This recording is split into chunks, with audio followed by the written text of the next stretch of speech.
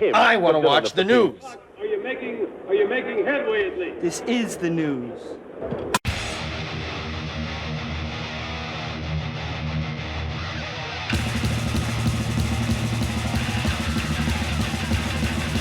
Smack-a-macabre, it's time for the only news that matters. And during a November 11th appearance on SiriusXM Skunk Nation with Eddie Punk, legendary guitarist Michael Schenker was asked if he had been approached about taking part in the Scorpions' upcoming 60th anniversary concert on January 5th, 2025. Damn, that's 60 years. Can you believe that shit? His response said, "No, I just know I have been a very big part of the creation, Rudolph Schenker, my brother, as a musician. I don't think without me he would have been there. And maybe the other way around, the same way. But the thing is, I have to protect myself from Rudolph. Every time he wants to do something with me, or every time he wants to do something big and they need my name, he misuses me. And I'm very sad that he keeps doing that. He's 7 years older than me. He's a bully. He has been abusive to me for many, many years. He had distorted my image for many years, and he just pretends as if nothing ever happened, I guess, because, as ask other people and, hey, how does your other older brother treat you? And they say, oh, exactly the same. So I think it's just the same thing they do. They think they own you. Now it's they. I guess he's blending the Scorps now. They can do with you whatever they want. I'm 7 years younger. That's just my little brother. Nobody. Blah, blah, blah. I have no idea how these people, how their heads and their brains work, but the fact is, I helped the Scorpions. I jump-started them, and they forgot everything about it.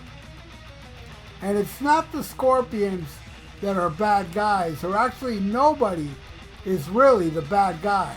I just think Rudolph is just a crazy, weird person. I don't know what drives him, but I don't want to be corrected to it, so I don't want to be distracted with my vision every time I give in and say, okay, I'll do something with Rudolph, and then he abuses me or uses me disrespectfully. I don't know why he keeps going like that, but it's just very, very strange. I don't know what's wrong with him. I don't know why it's important for him to be bigger than his little brother. Well, that's true, though.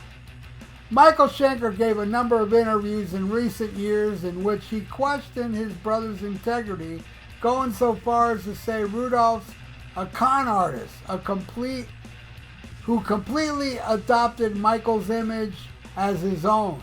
He also denounces the Scorpions for distorting the story of his brief tenure with the band and laminated to the fact that he gave Rudolph his portion of the songwriting credits for the classic Scorpion song Coast to Coast.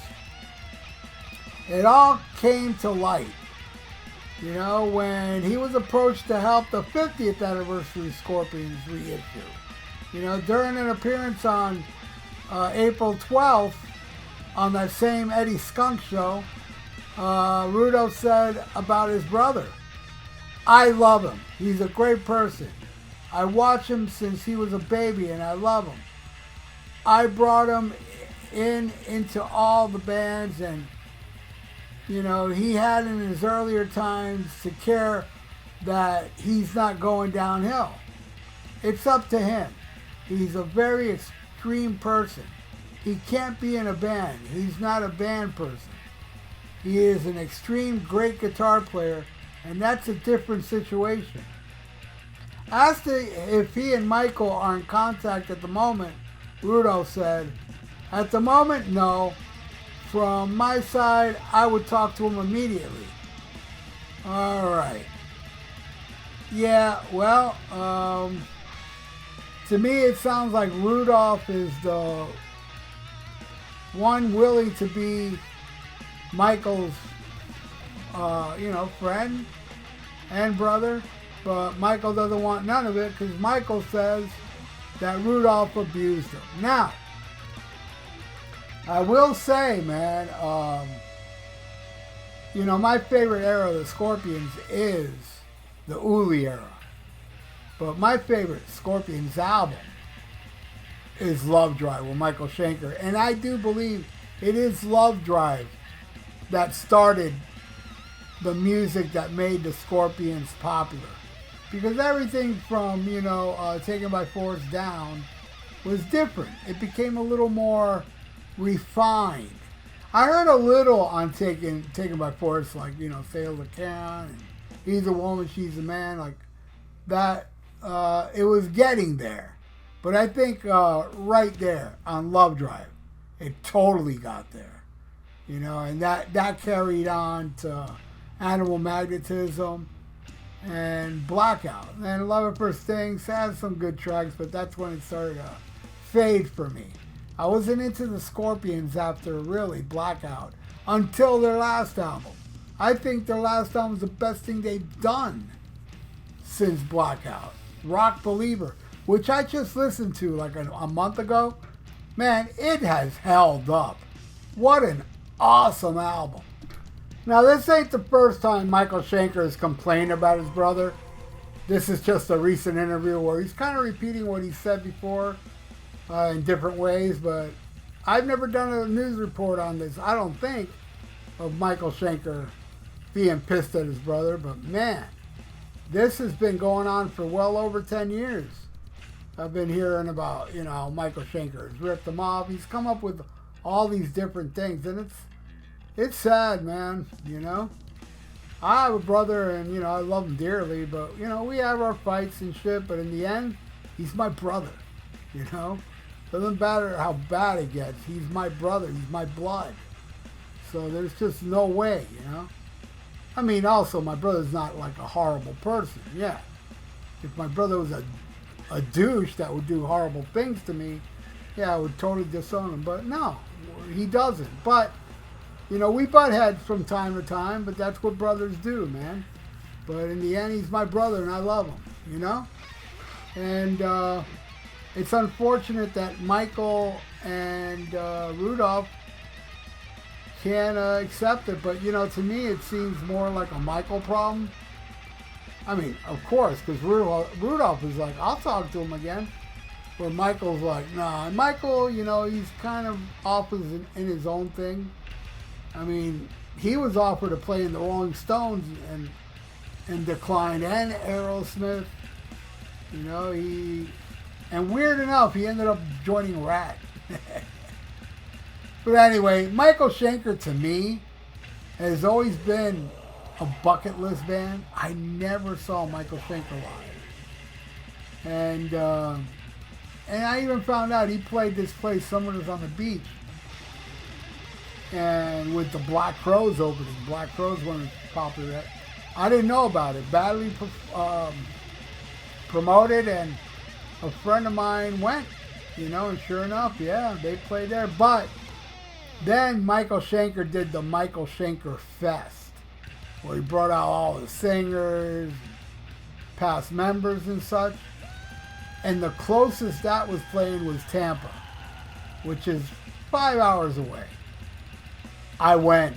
I was like, fuck that, I'm going, man. Not only going to get to see Michael Schenker, but I'm going to see his history, which is awesome. The only complaint about it I have that night, he didn't play On and On.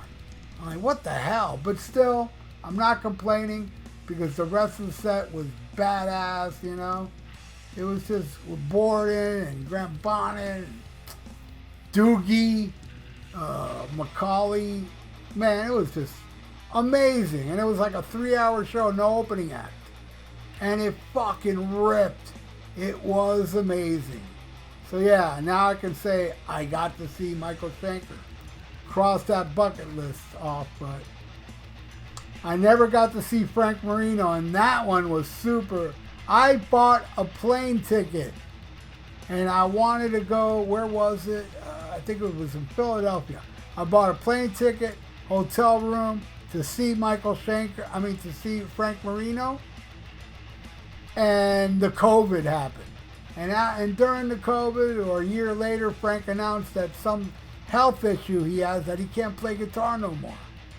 I was so close, man, but hey, man, such is life. I'm just glad that Frank Marino is still with us years after his announcement of his, failing health.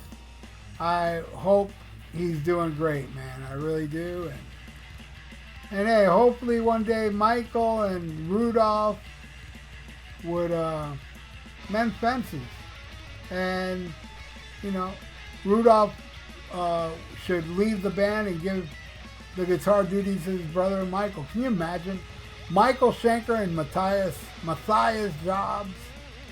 Jabs, whatever, together on stage would be lethal, man. Lethal. But anyway, hey, what do you all think, man? Y'all, whose side are you on? Michael or Rudolph's, or do you just not give a fuck? Let me know in the comments below. And thank you so much for watching The Only News That Matters.